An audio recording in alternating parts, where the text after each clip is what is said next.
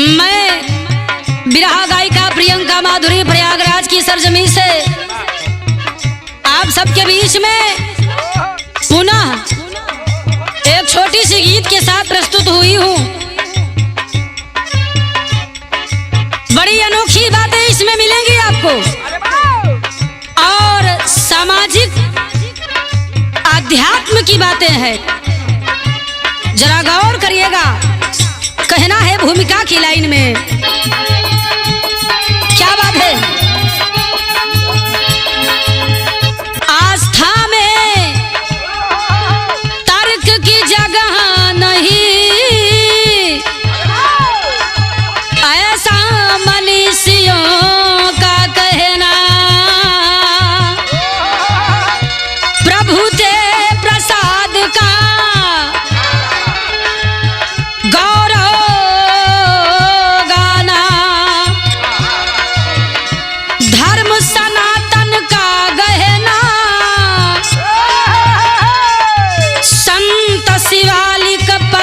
पुराणिक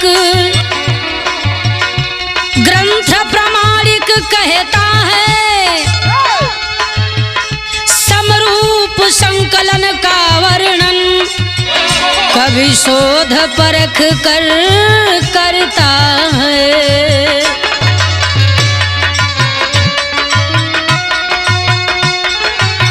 जिया बारह भैया, हमारे गुरुजी पहली लाइन लिखे हैं कि आस्था में तर्क की कोई जगह और ना तो होनी चाहिए, ऐसा मनीषियों ने कहा है। लेकिन जो भाव हमारे कवि जी ने, हमारे गुरुजी ने दिया है, इसमें आपको अध्यात्म मिलता है। गौर फरमाइएगा, कहना है क्या? पीना हराम है,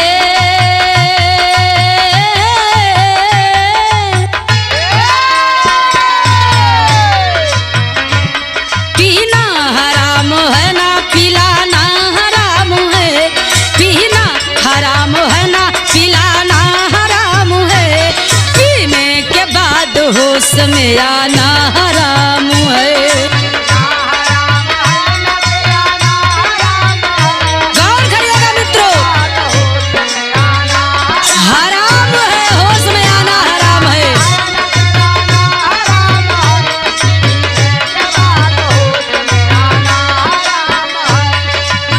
पीना हराम है, ना पिलाना हराम है, किंतु पीने के बाद होश में आना, वाह। लेकिन अध्यात्म कहता है, क्या कहता है बारह भैया? ईसा अरस्तु फातिमा सुकरात ने पिया, सुकरात ने पिया।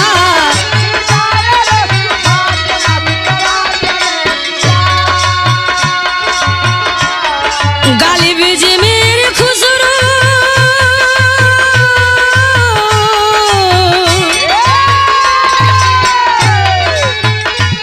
गालिब जमीर खुसरो मंसूर भी पिया।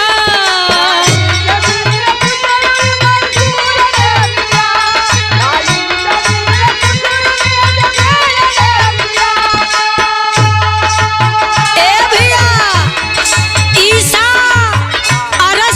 फातिमा सुकरात ने पिया, गालिब जी मीर खुसरो।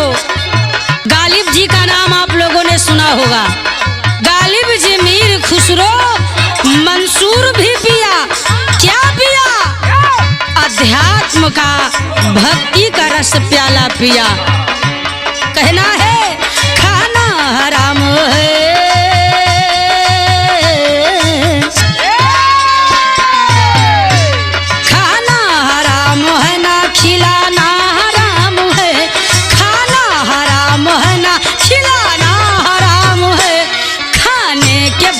पेट दिखा ना हराम है।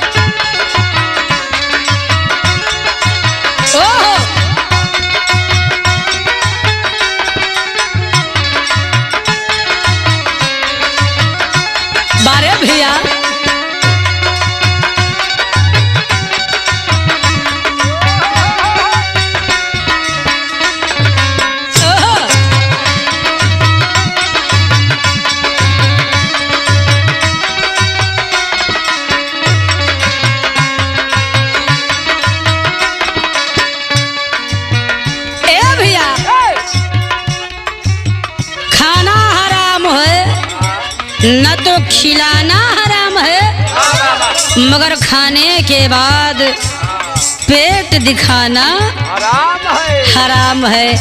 अगली लाइन में कहना है क्या मास्टर भैया?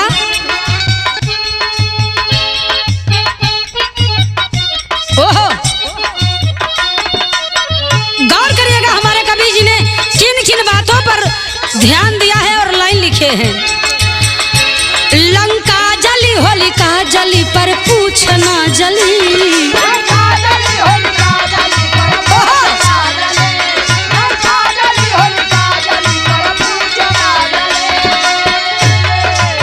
लंका जल गई होलिका जल गई, पूछ काहे ना जलल भैया? बताइए, लंका जल गई होलिका जल गई लेकिन पूछिया बाकी रह गयल।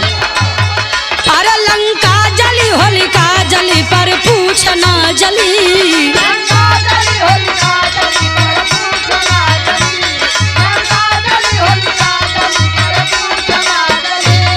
कंदर्प लक्ष्य गृह जला बिलाय ना जली,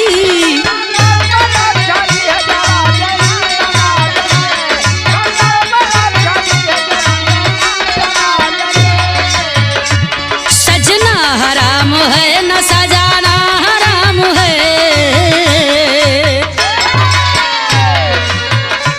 सजना हराम है न सजाना हराम है, सजने के बाद नैन लड़ाना हराम है।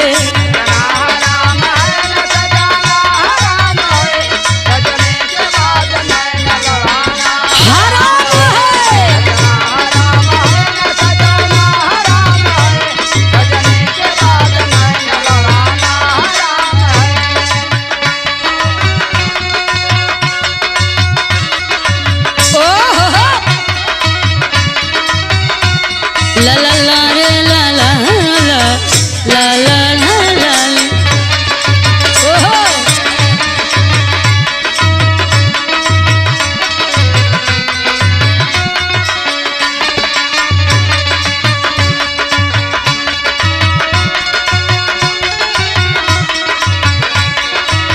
क्या बात है वाह।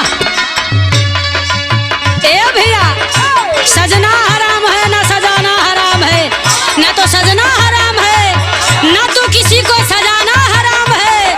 हराम है तो क्या है? सजने के बाद लड़ाना हराम है। हराम है। अगली लाइन में कहना है क्या? ओहो, बारे भैया, वाह वाह वाह, खूब। नारद जी सत्यभामा थी मोनिका सजी, मोनिका सजी, नारद जी सत्यभामा, सुरपणखा नाक कट गई,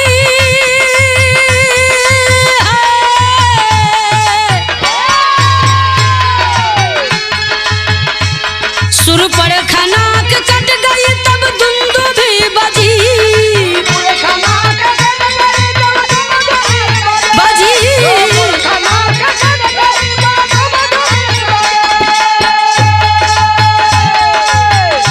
नारद जी सजे थे, सत्यभामा सजी थी, मोनिका भी सजी थी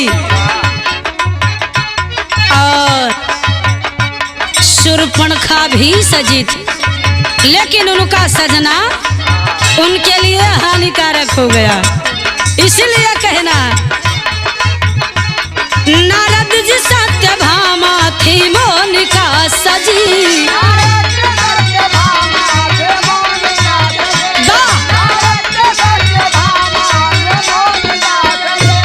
शूर्पणखा नाक कट गई तब दुंदुभी बजी,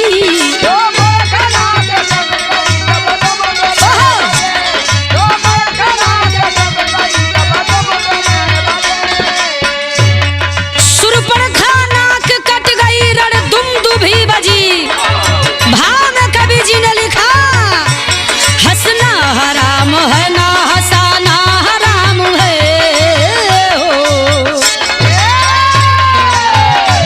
हंसना हराम है ना हंसाना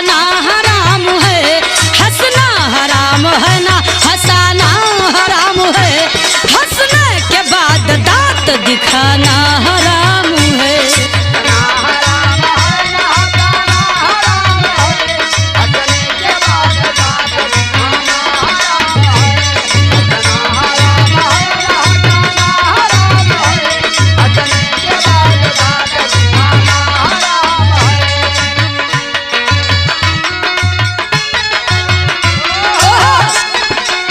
अरे जिया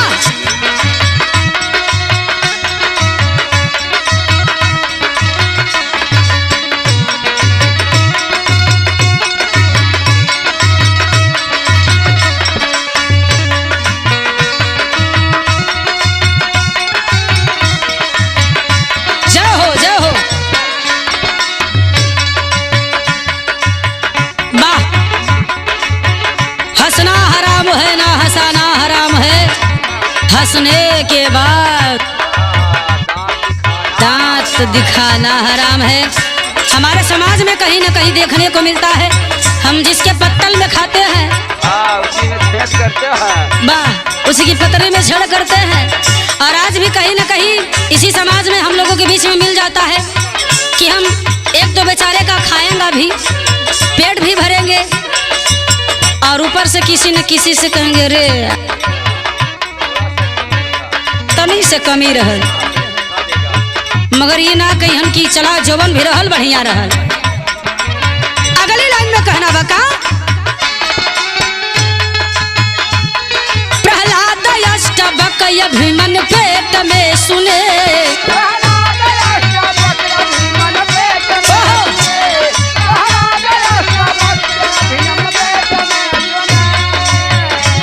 सुखदेव अंडा गर्भ में,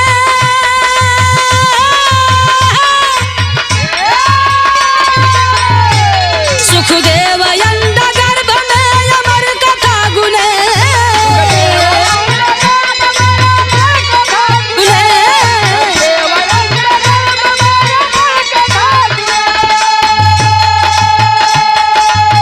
प्रहलाद जी ने अपनी माँ के गर्भ में सुना था और अष्टावक्र और अभिमन्यु ने भी अपनी माँ के पेट में सुना था। ए भैया, सुखदेव अंडा गर्भ में अमर कथा गुने। भोलेनाथ की अमर कथा तो आपको याद ही होगी कि बताइए, सुगिया जात जवावत वो जंगल में अंडा दे के गईली, और जब भोलेनाथ जंगल के पीछे समझ गईला कि अब कोई बाओ तो लगला पार्वती मतारी की अमर कथा सुनावे। आइए भैया, जैसे अमर कथा शुरू भैल वैसे अंडा में से जन्म भयल सुखदेव मुनि का। कहना बका, प्रहलाद अष्टवक्र अभिमन पेट में सुने।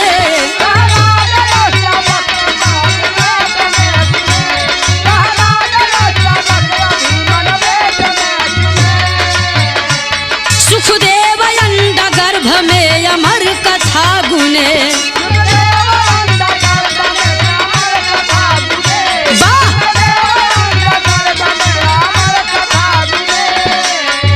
आखिरी और अंतिम लाइन में कहना है, गाना हराम है ना गवाना हराम है।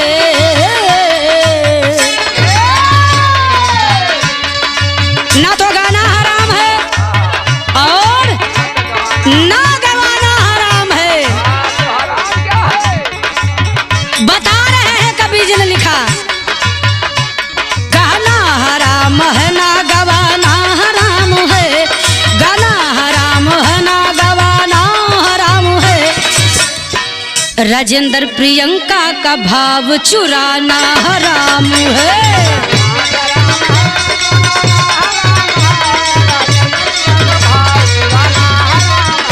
जाओ जाओ, क्या बात है।